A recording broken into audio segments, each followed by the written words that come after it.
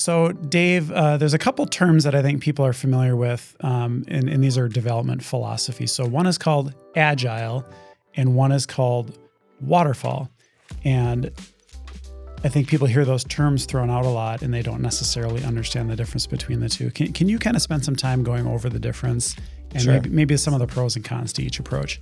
Yeah, the waterfall approach is kind of the traditional development approach in which you define everything up front. Everything is really spelled out in a blueprint, and you just essentially go from the foundation to the studs to the roof, and you have a process that just completes a project that way. Where that has run into problems in the past is where people need and see that they need to make changes along the way. So an agile form of development is a little bit more of we have a general sense of what we're going to build.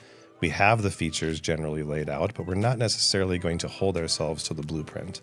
And the client then has opportunity to kind of provide feedback along the way and be able to make changes with the understanding of how that impacts, again, your timeline and how it might impact your budget. And we would work with the client on how that might increase or decrease depending on anything they might be adding or changing to the project. So how would you describe our typical initial development phase? Would you call it Agile?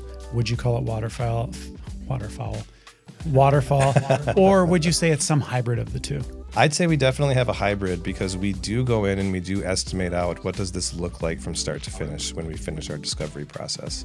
However, when we get into development, we again have a very transparent communication philosophy with our clients so that they can weigh in if they do need to make changes, and we do have a change management process for that to work.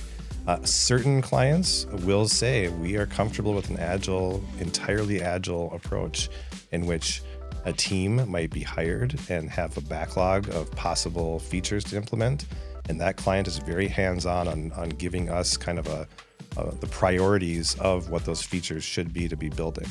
And that's really the agile process, is for us to have a basic understanding of some of the features, but the client is directing the backlog, and which again is a list of features, the backlog that are wanting to be in the application, but there's a priority to what a client would prefer to put in, and they can help control their own budget, they can help control their own timeline and see what kind of features actually come together in more of an agile type setting.